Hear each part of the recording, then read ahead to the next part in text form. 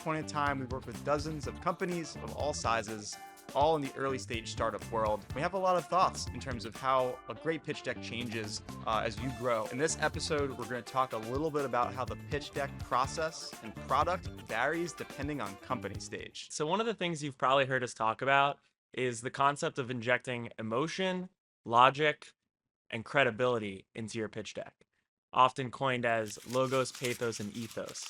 I think it's a different, I think I might be right. Yeah, keep going. Yeah. When we're thinking about the nuances of approach between, say, a pre-seed deck and a Series B deck, you want to inject all three of those persuasion tactics into all of your persuading materials.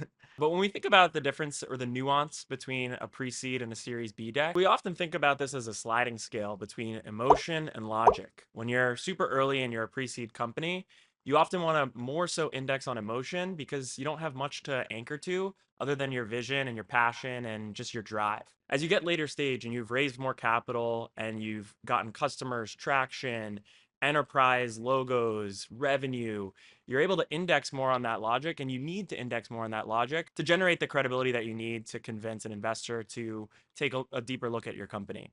When we think about the nuances of the investors themselves, many pre-seed investors aren't doing too much diligence on revenue because they know that most of the companies they invest in don't really have it. They're driven by passion, they're driven by emotion, and we want to tell that emotional story to them. As you get later stage and you're dealing with Series A and growth stage investors, they are going to do much more diligence on you, and they're going to understand the market that you're playing in much deeper, and therefore you need to inject more of that logic into your storytelling with numbers, credibility, and data to support all of your storytelling. One thing we want to talk about now is frameworks. It's very common in the pitch deck space to use frameworks. To this day, we see the Sequoia Capital framework used in maybe 10 or 20% of all the decks that we see.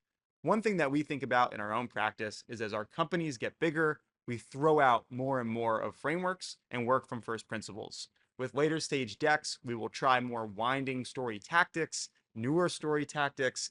Things will come in different places versus following a routine flow that investors come to expect. Early stage investors are seeing way more companies. They have way smaller attention spans per deck. Later stage investors are doing tighter diligence. There's just less companies that make it to Series A or Series B rounds.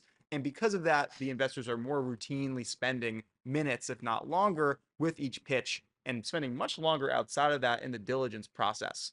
So because of that, we actually have room for more interesting, unique storytelling the bigger a company gets.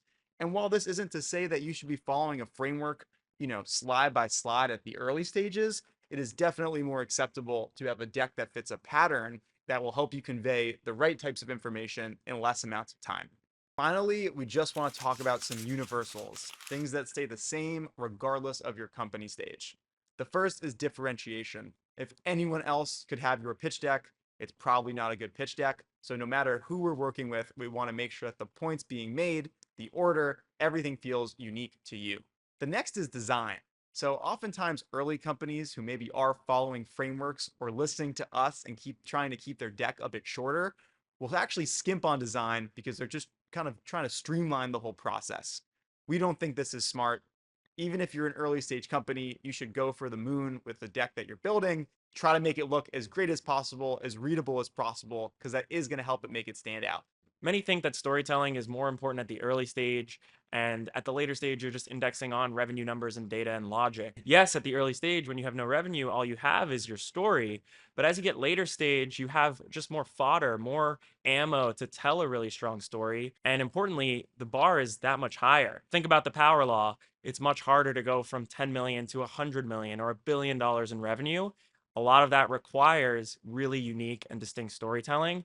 Very few companies have been able to do it, and it often takes a unique worldview and thus a unique way of telling your story to get people behind that vision. Even the sheer concept of exhibiting your ability to tell good stories instills trust that you're going to be able to tell great stories to potential customers, to build teams and to build culture that's going to enable you to go from 10 million to 100 million and plus in revenue. Comment below about what stage you're building at and what sort of story devices or story tactics you're using to convince investors that you are a ship to get on.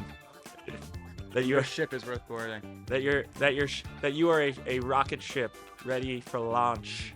All right.